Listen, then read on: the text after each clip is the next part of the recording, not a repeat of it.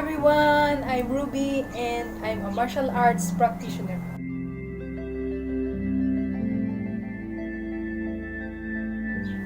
I've been doing martial arts for over 10 years and it helped me in many ways.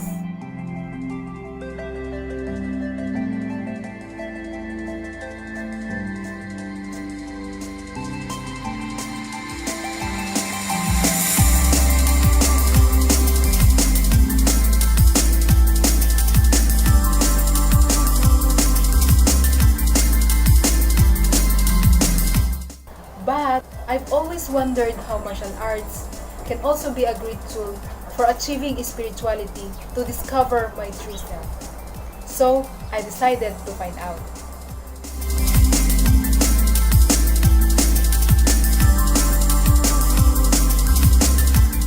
Now, I'm making videos like this to share with you that journey. And for those of you who may also be interested in finding out the same thing about yourselves, I invite you to explore with me.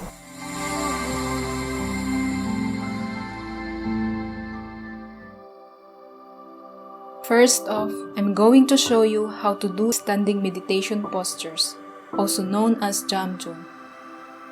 Then I'll be talking about spiritual concepts behind these postures that will allow us to maximize the benefits we can derive simply by doing them.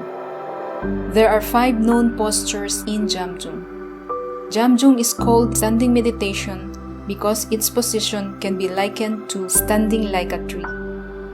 Jamjung is a still posture with zero external movement, which can be done by standing, sitting, or lying.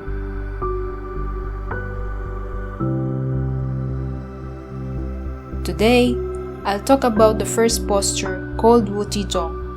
All Jamjung trainings start with this posture.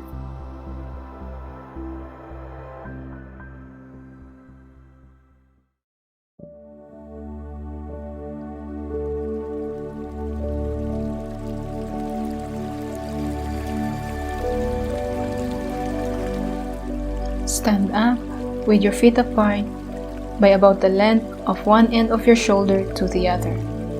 Point your toes forward so that your feet are either slightly facing outward or parallel to each other. Next, bend your knees a little, then tuck your chin and tailbone in. Keeping your head and backbone straight, with your arms hanging loosely by your body sides. Now, let your shoulders drop and allow your upper body to sink down, feeling it relax without slacking. Direct your weight to your feet, making sure it is centered securely to its soles.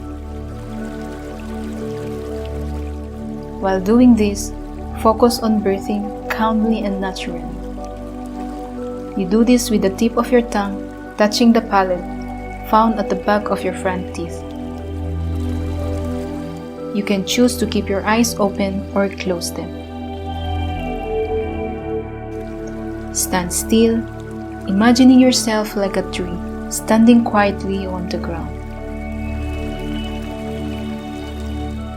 Most importantly, clear your mind from all worries. Let go of whatever is going on in your mind that distracts you from fully experiencing this posture. Just enjoy the sensation of the Wu Qigong posture that makes you calm down. Stay in this position, transfixed in the motionless, completely embracing nothing but rest. Once you're ready to end this posture, you can do 2 more steps. The first step is to stand up and inhale deeply while simultaneously raising your arms and then holding your breath for 1 second. The second step is to gradually bend your knees, this time exhaling while lowering your arms all at the same time. Then let your breath pause just for 1 second as well. Repeat these last 2 steps 3 times.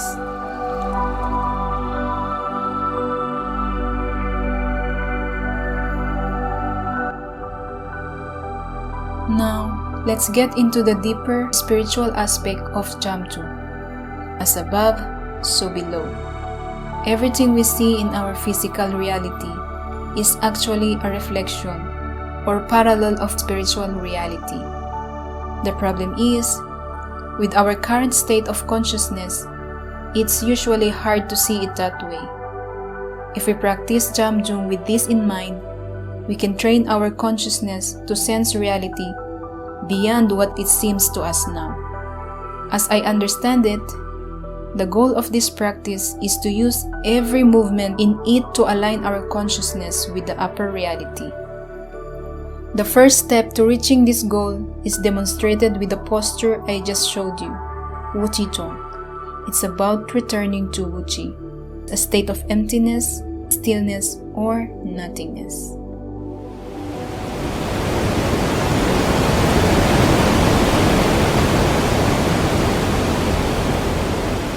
The challenge in this standing meditation is taming our mind, because it usually behaves like a playful monkey.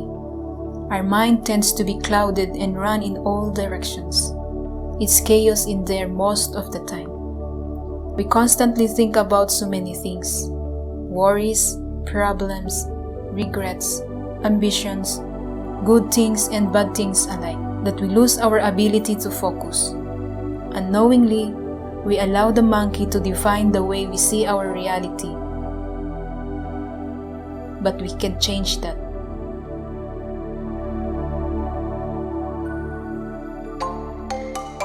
About a year ago, I started to live here in Jerusalem, Israel, and I've come to love many things about this beautiful country, its people, and their history.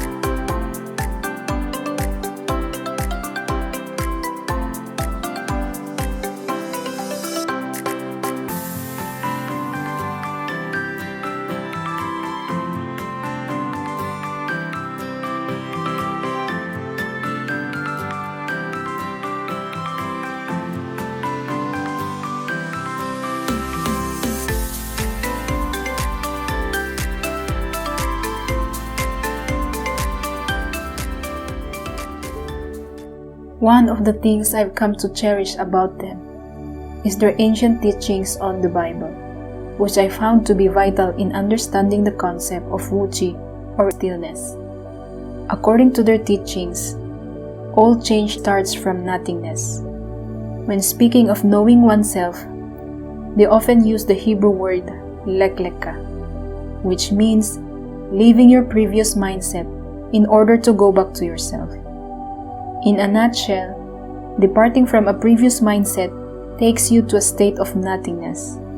This state enables you to make room for something new, something that will give you a glimpse of your real self and what reality truly is. Once there is a space for this, you also gain the opportunity to change reality, or more accurately, your perception of it.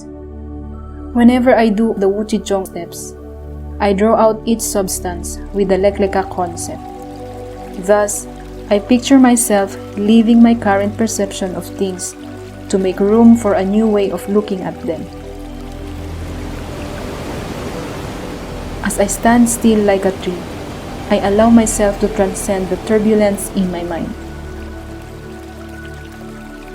When I bend my knees and secure my weight unto the soles of my feet, I am locating the center of my being, the essence of myself. There, I enter a state of rest, undisturbed by the background noise of my thoughts, making myself receptive to the only sound I need to hear at this point, the voice of my true self.